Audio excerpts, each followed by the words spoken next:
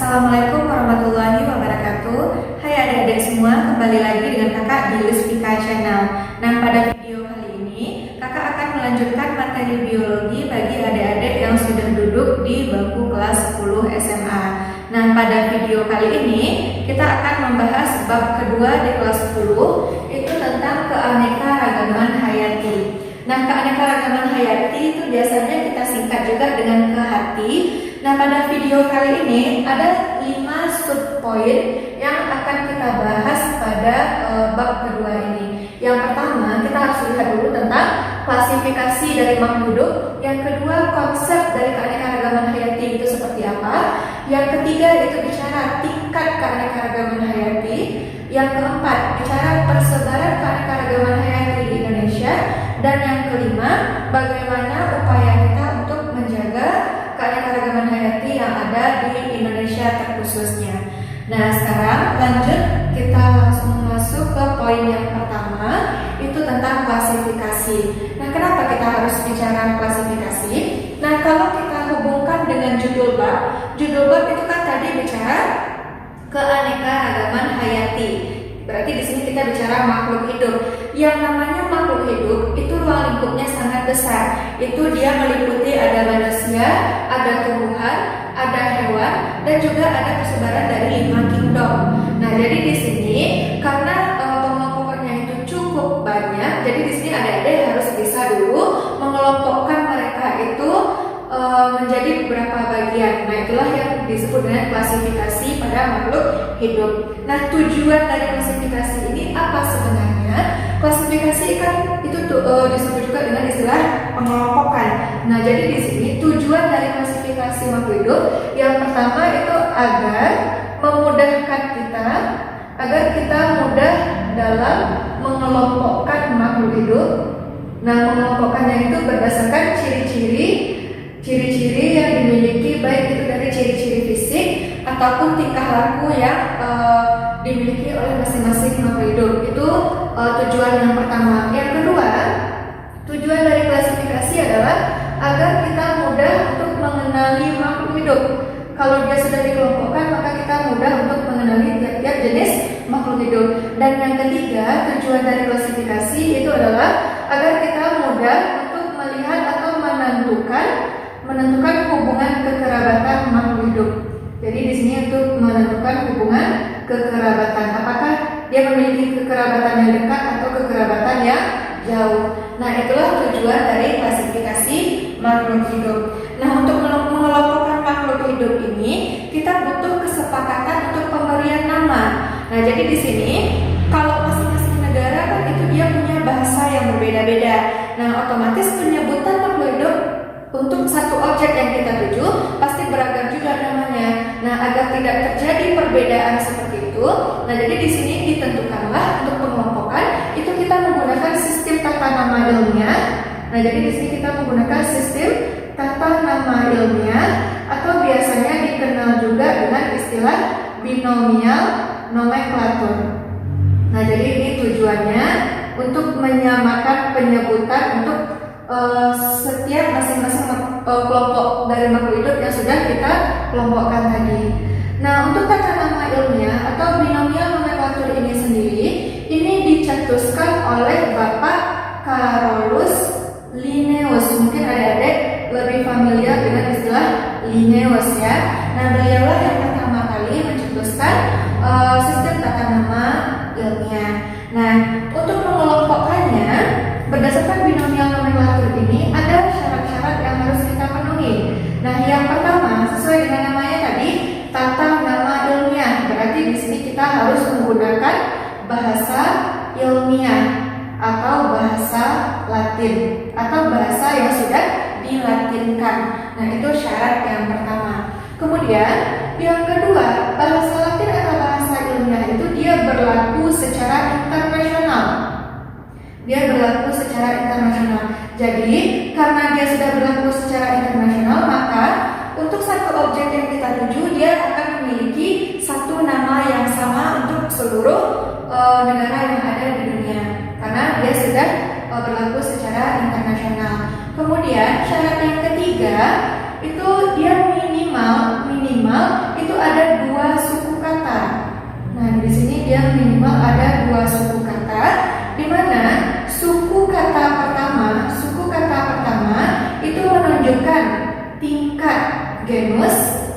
menunjukkan tingkat genus, dan suku kata yang kedua itu dia menunjukkan tingkat spesies. Apakah boleh lebih dari 2 suku kata? Itu boleh. Nah, misalnya kita ingin menambahkan nama penemu dari suatu asal temuan tadi atau negara tempat ditemukannya suatu jenis makhluk hidup tadi, itu juga boleh kita tambahkan. Tapi di sini dia minimal itu adalah mengandung 2 suku kata. Kemudian selanjutnya untuk penulisan tata nama ilmiah ini boleh adik-adik cetak tebal, boleh dicetak tebal, atau boleh dimiringkan, atau boleh juga di garis bawah. Tapi hanya boleh salah satu ya adik-adik, jangan ketiga-tiganya dipakai. Kalau sudah ditebalkan, jangan dimiringkan dan di garis bawahi lagi.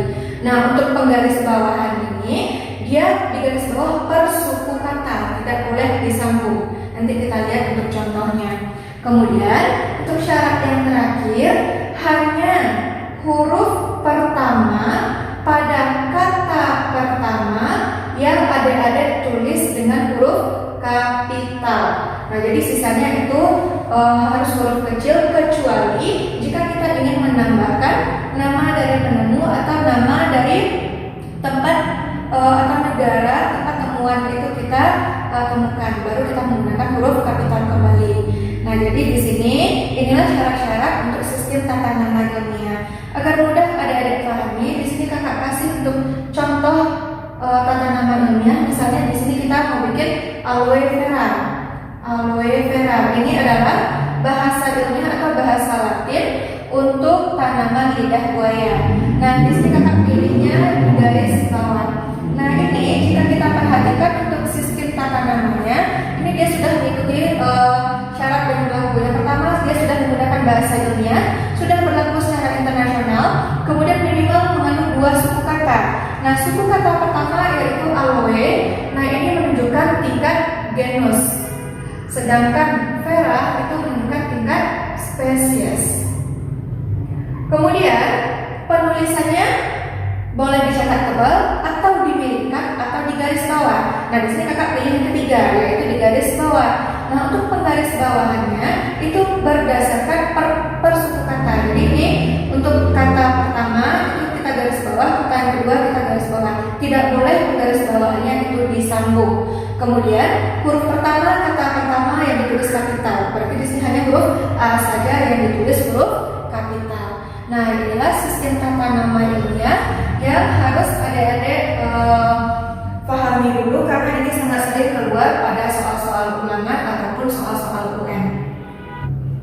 Oke adik-adik, tadi kita sudah membahas tentang binomial nomenklatur atau sistem tata nama ilmiah yang kita gunakan untuk pemberian nama dalam mengelompokkan makhluk hidup. Nah, sekarang untuk mengelompokkan makhluk hidup itu kita butuh urutan atau tingkatannya dalam kehidupan. Nah, itu diistilahkan dengan tingkatan takson. Nah, atau taksonomi pada makhluk hidup. Nah, untuk tingkatan takson pada makhluk hidup itu dia yang pertama, yang paling tinggi itu disebut dengan istilah kingdom atau regnum. Nah, apa bedanya kingdom atau regnum? Nah, intinya kalau dari bahasa Indonesia ini artinya boleh kita bilang dunia, boleh kerajaan juga boleh. Perbedaan penyebutan, kalau kingdom ini umumnya kita gunakan untuk menyebutkan kelompok hewan. Sedangkan regnum, kalau regnum ini identik untuk tumbuhan. Kalau kingdom itu identik untuk penyebutan atau pengelompokan hewan. Namun sering kita temui di dalam pembelajaran tidak ada kita menggunakan istilah regnum, tapi hanya menggunakan istilah kingdom saja, itu tidak masalah. Nah, jadi yang pertama yang paling tinggi tingkatannya itu adalah kingdom atau regnum. Kemudian di bawahnya itu ada divisi atau filum. Nah, itu sama saja. Divisi ini adalah penyebutan untuk kelompok tumbuhan, sedangkan filum ini adalah untuk penyebutan kelompok hewan nantinya. Jadi dia sudah dipecah berdasarkan kunci determinasi yang sudah dipelajari. Nanti dia masuknya ke dalam filum apa atau divisi apa. Kemudian untuk bisa melihat hubungan kerabatan yang semakin dekat, kita kelompokkan lagi berdasarkan kelasnya. Kelas itu artinya dalam bahasa Indonesia itu pengelompokan. Nah, pengelompokan makhluk hidup ini dapat kita lihat dari yang pertama apa, yang kedua itu jumlah kakinya, yang ketiga jenis makanannya, kemudian yang keempat perilakunya dalam kehidupan.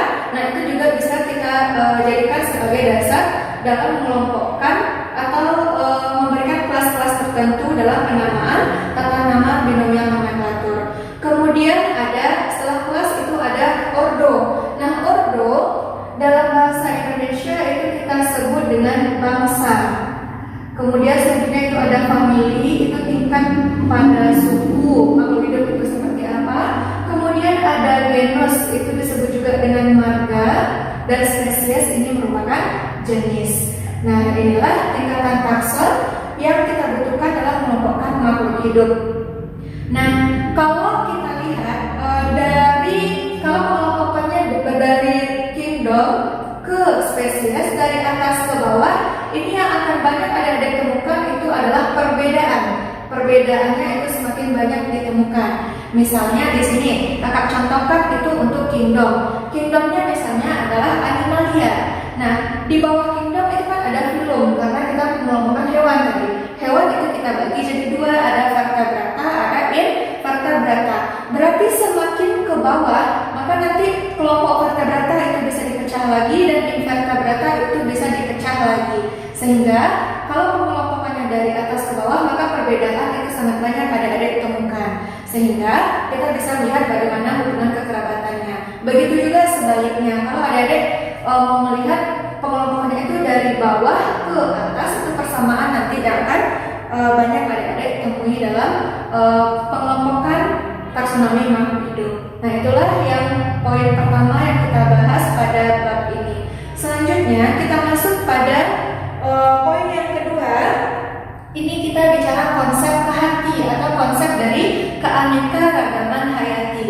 Di situ ada kata keanekaragaman. Nah, jadi di sini ada dua konsep yang harus adik-adik pahami betul. Ada itu konsep keanekaragaman dan konsep keseragaman. Nah, itu kata dasarnya kan sama-sama ragam. Tapi kalau kita bikin arti, itu dia memiliki arti yang berbeda. Kalau dia keanekaragaman, itu ditunjukkan dengan adanya variasi. Nah, jadi di sini kalau keanekaragaman ini ditunjukkan dengan adanya variasi pada makhluk hidup. Nah, variasi di sini pada hal apa saja? Mungkin itu bisa kita lihat variasi dari bentuk tubuhnya, ukuran tubuhnya, jumlahnya, atau sifat-sifat lain yang dimiliki oleh makhluk hidup. Dengan kata lain, di sini kata kunci untuk keanekaragaman berarti di sini ada variasi. Variasi ini menunjukkan perbedaan-perbedaan yang dimiliki oleh makhluk hidup. Kemudian konsep yang kedua itu ada keseragaman. Kalau keseragaman ini merujuk kepada ciri yang sama yang terdapat dalam satu spesies. Nah, ini ditunjukkan dengan adanya persamaan yang dimiliki oleh makhluk hidup. Persamaan yang dimiliki oleh makhluk hidup. Nah, jadi di sini memang kata dasarnya sama-sama ragam, tapi kalau dia udah ada imbuhan, dia memiliki makna yang berbeda. Keanekaragaman kata kuncinya variasi, kalau keseragaman ditunjukkan dengan persamaan yang dimiliki pada makhluk hidup. Nah, dua konsep ini harus duduk bagi adik-adik untuk bisa menjawab soal-soal yang disajikan nanti di waktu ulangan ataupun melaksanakan UN nantinya. Kemudian kita masuk pada poin yang ketiga. Poin yang ketiga itu kita bicara tentang tingkat dari keanekaragaman hayati atau tingkat kehati. Nah, tingkat kehati ini secara umum dapat kita bagi menjadi tiga. Ada istilahnya kehati tingkat gen. Nah, jadi yang pertama itu ada kehati tingkat gen. Yang kedua kehati tingkat spesies, dan yang ketiga itu adalah kehati tingkat ekosistem. Nah, ini kan pengelompokan lagi ya. Pengelompokan tingkatnya itu berdasarkan gen, spesies, sama ekosistem. Kalau bicara ekosistem ini sangat mudah.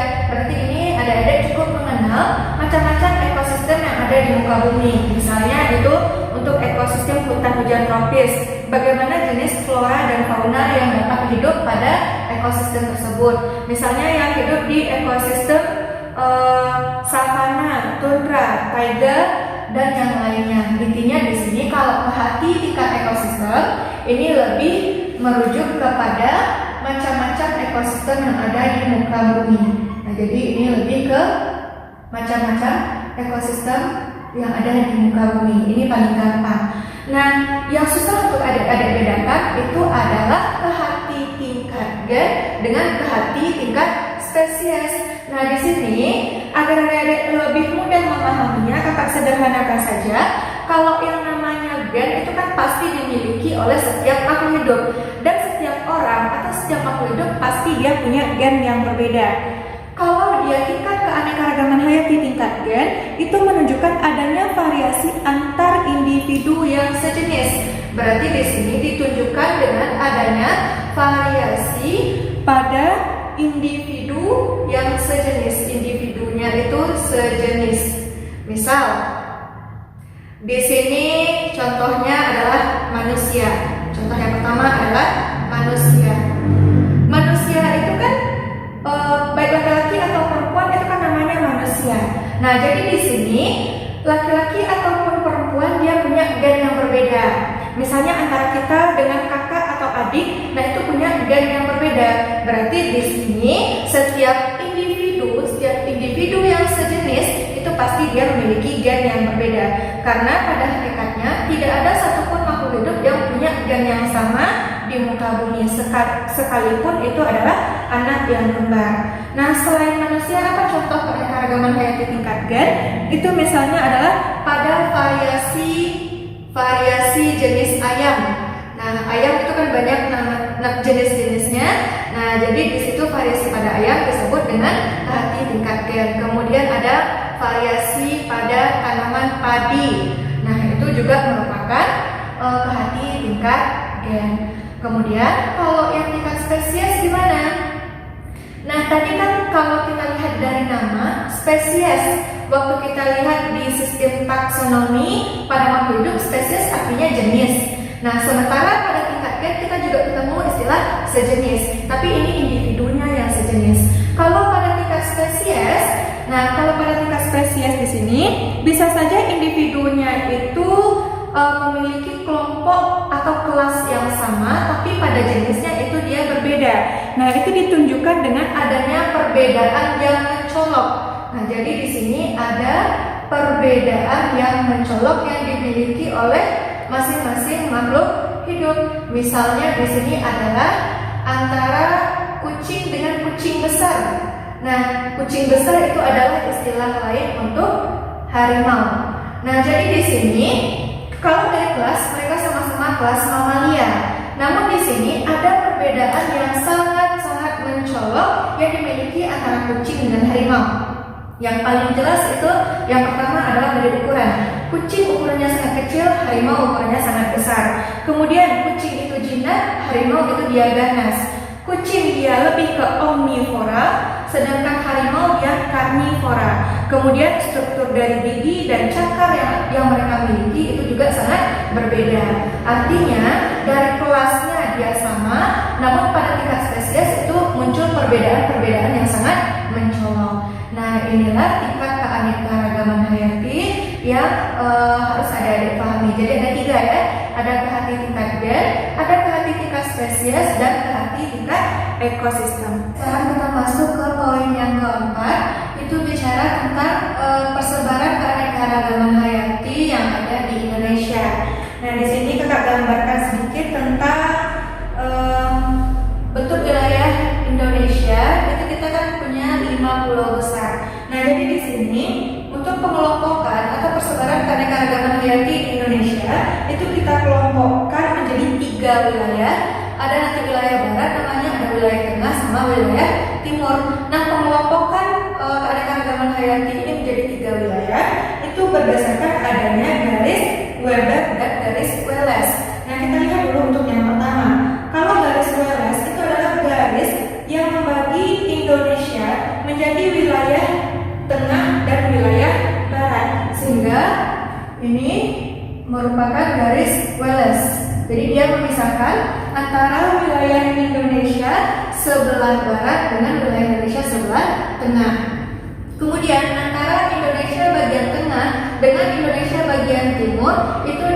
dipisahkan oleh garis Weber. Sehingga berdasarkan adanya garis Wallace dan Weber ini, persebaran flora dan fauna di Indonesia itu terbagi menjadi 3 wilayah. Nah, sekarang kita lihat dulu perbedaan flora dan fauna yang ada pada 3 wilayah besar di Indonesia. Nah, di sini kakak sudah sajikan dalam bentuk tabel. Nah, tadi kan katanya berdasarkan garis Weber dan Wallace, itu wilayah Indonesia dibagi menjadi 3. Yang pertama itu ada wilayah barat. Wilayah barat itu meliputi ada Pulau Sumatera, Jawa, dan Kalimantan. Nah, wilayah barat itu untuk jenis flora dan faunanya disebut juga dengan flora fauna tipe oriental atau asiatis. Nah, jenis floranya dulu kita lihat untuk jenis flora yang ada pada wilayah barat. Nah, jenis flora yang ada pada wilayah barat itu biasanya dia berupa pohon dengan ukuran tinggi yang cukup tinggi ya. Nah, jadi di sini contoh jenis flora yang ada di wilayah barat itu ada pinus, cendana. Nah, jadi di sini contohnya ada pinus, ada cendana, kemudian ada palem dan lain sebagainya. Intinya di sini dia didominasi oleh kelompok tumbuhan yang memiliki tinggi yang cukup besar atau pohon-pohon besar. Nah, sedangkan untuk tipe fauna yang ada pada wilayah barat ini memiliki bentuk atau jenis yang hampir mirip dengan tipe-tipe fauna yang ada pada wilayah Asia. Makanya fauna yang ada pada wilayah barat disebut juga dengan tipe fauna oriental atau asiatis. Nah, untuk ciri dari fauna sebelah barat itu umumnya dia terdiri atas mamalia yang memiliki ukuran tubuh yang besar. Misalnya ada gajah, ada harimau. Misalnya ada gajah, ada harimau, kemudian ada orangutan, kemudian ada kerbau, kemudian ada badak bercula satu, dan masih banyak jenis hewan lainnya. Intinya, kalau dia merupakan fauna tipe sebelah barat, dia itu memiliki kesamaan dengan tipe fauna yang ada pada wilayah Asia. Misalnya, antara harimau Sumatera dengan harimau India, itu dia memiliki tingkat keanekaragaman yang cukup dekat, tapi di sini dia dibedakan berdasarkan cara yang ada pada tubuhnya. Dan masih ada beberapa perbandingan lain yang dimiliki antara harimau yang ada di wilayah Sumatera dengan wilayah India. Tapi dia tetap di sini memiliki kesamaan karena memiliki bentuk tubuh yang besar dan merupakan mamalia. Kemudian yang kedua kita lihat itu untuk wilayah tengah.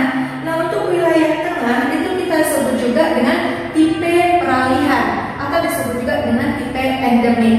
Endemik di sini artinya adalah flora ataupun fauna yang ditemukan di wilayah Indonesia. Kalau tipe endemik ini artinya dia hanya ada pada satu wilayah saja di wilayah Indonesia dan tidak ditemukan lagi di negara lainnya. Atau dengan supaya lebih mudah memahami, tipe endemik ini disebut juga dengan tipe flora fauna yang langka.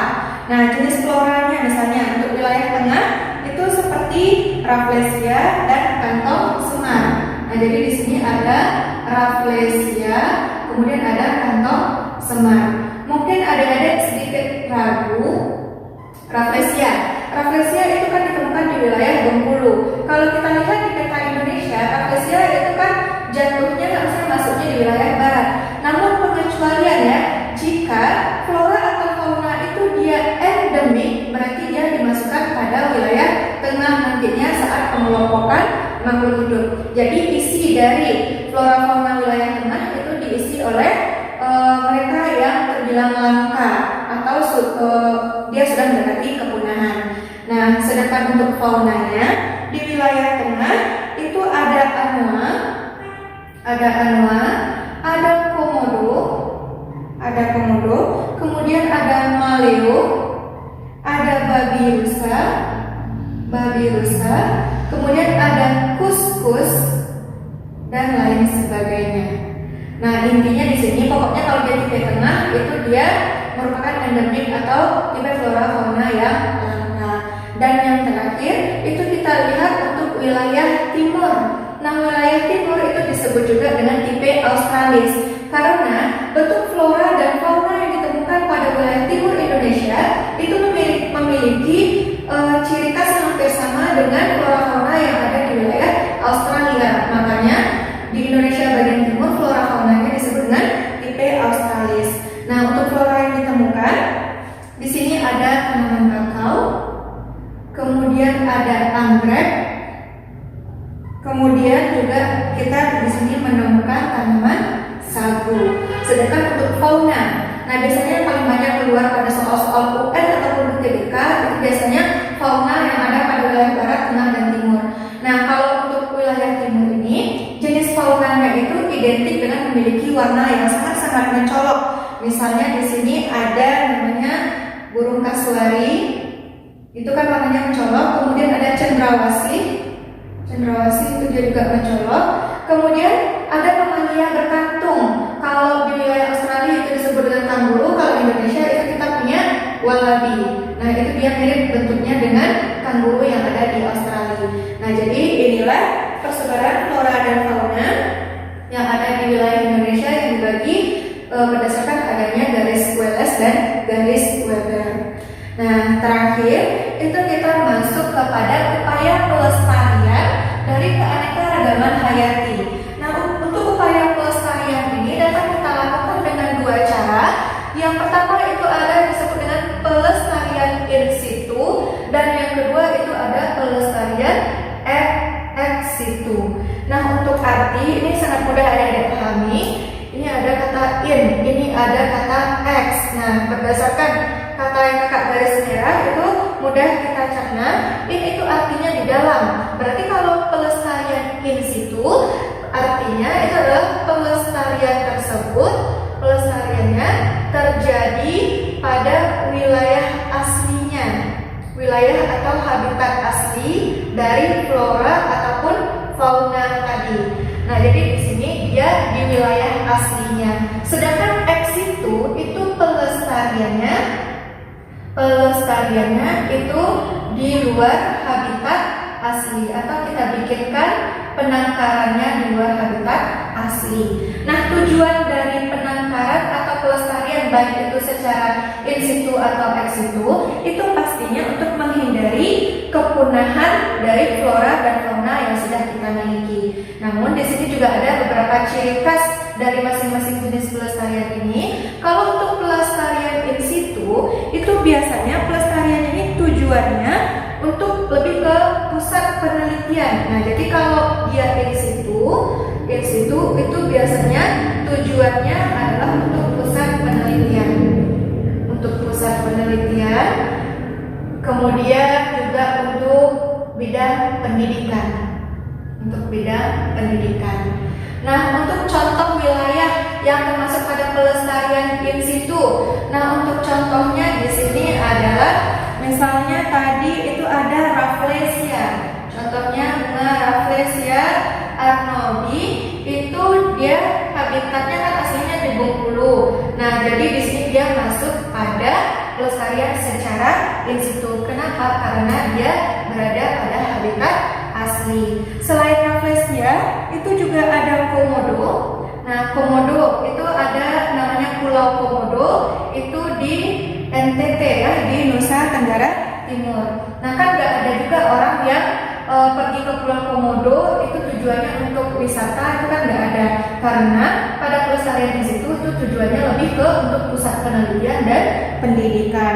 Kemudian masih banyak lagi untuk contoh pelestarian di situ. Kata kunci untuk pelestarian di situ adalah kalau ada ditemukan di soal, kalau dia tipe pelestarian di situ biasanya untuk jenis flora dan fauna itu dia nanti diikuti dengan nama dari daerah tempat penangkarannya.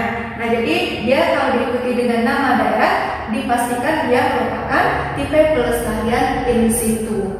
Nah, sekarang kita lihat untuk ex situ. Kalau ex situ tadi katanya kan di luar habitat asli. Pasti di sini juga ada tujuannya ya. Nah, tujuannya itu sama dengan di pelestarian di situ, itu pasti untuk penelitian juga ya. Kemudian untuk pendidikan itu pastinya. Kemudian di sini kita tambahkan itu juga bisa digunakan sebagai pusat wisata. Nah, contohnya adalah kebun binatang. Nah, kebun binatang ini isinya kan beragam. Ada jenis hewan-hewan yang memang dia merupakan hewan endemik, ada juga yang tidak endemik. Nah, isinya di situ sangat beragam. Nah, kebun binatang itu juga bisa kita gunakan sebagai pusat untuk penelitian, untuk pendidikan, dan juga bisa kita jadikan sebagai tempat untuk berwisata. Kemudian selain kebun binatang, itu contoh lainnya ada kebun raya. Kebun raya, kalau kebun binatang isinya hewan, kalau kebun raya itu umumnya adalah tumbuhan. Jadi di sini berisi beraneka ragam jenis tumbuhan. Tujuannya itu kita akan melakukan yang namanya proses pelestarian agar tidak terjadi kepunahan pada flora dan fauna yang sudah dimiliki oleh wilayah Indonesia. Nah, inilah materi kita untuk bab yang kedua, itu keanekaragaman hayati. Sebelum kakak tutup, kita simpulkan lagi untuk pembelajaran kita pada video ini. Yang pertama, itu tadi kita sudah bahas tentang klasifikasi. Klasifikasi tadi tujuannya ada 3. Yang pertama, tujuannya untuk mengelompokkan makhluk hidup. Jadi supaya kita mudah mengelompokkan makhluk hidup. Kalau kita sudah mengelompokkan makhluk hidup, sekarang kita mudah untuk mengenali makhluk hidup tersebut. Dan yang ketiga, untuk melihat bagaimana hubungan dari kekerabatan antar makhluk hidup tadi. Kemudian yang kedua, itu ada konsep. Tadi kita sudah bahas ada konsep keseragaman. Kalau keseragaman berarti di sini kita melihat persamaan yang dimiliki oleh makhluk hidup, dan ada konsep keanekaragaman. Keanekaragaman berarti di sini kita melihat variasi-variasi atau perbedaan yang dimiliki oleh makhluk hidup. Kemudian berikutnya bicara tentang tingkat keanekaragaman hayati atau tingkat hati. Itu tadi ada 3 jenisnya. Yang pertama ada keanekaragaman hayati tingkat gen, yang kedua ada tingkat spesies, dan yang ketiga itu ada tingkat ekosistem. Kemudian yang keempat itu bicara tentang persebaran hati di Indonesia. Itu juga ada 3. Ada tipe asiatis, berarti ini wilayah barat. Kemudian ada yang disebut dengan tipe peralihan atau endemik, ini di wilayah tengah. Kemudian untuk wilayah timur itu disebut dengan tipe australis. Dan yang terakhir, ini kita bicara pelestarian. Pelestarian pada makhluk hidup itu ada 2. Ada pelestarian secara in situ, artinya di dalam habitat asli, dan ada pelestarian secara ex situ atau di luar habitat asli. Oke adik-adik, sekian dulu materi kita tentang bab 2 di kelas 10 untuk mata pelajaran biologi. Nah, semoga semua ilmu yang kakak berikan di Lesvika Channel ini bermanfaat bagi adik-adik semua dan dapat membantu pembelajarannya di rumah. Bagi adik-adik yang belum menonton video-video yang ada di Lesvika Channel, silakan ditonton agar adik-adik lebih bisa memahami setiap materi-materi pembelajaran. Dan jangan lupa subscribe Lesvika Channel, kemudian like, komen, dan sharekan link ini kepada teman-teman yang lainnya untuk supaya adik-adik juga bisa memahami pembelajaran lebih mudah. Oke adik-adik, sekian dulu video kita kali ini.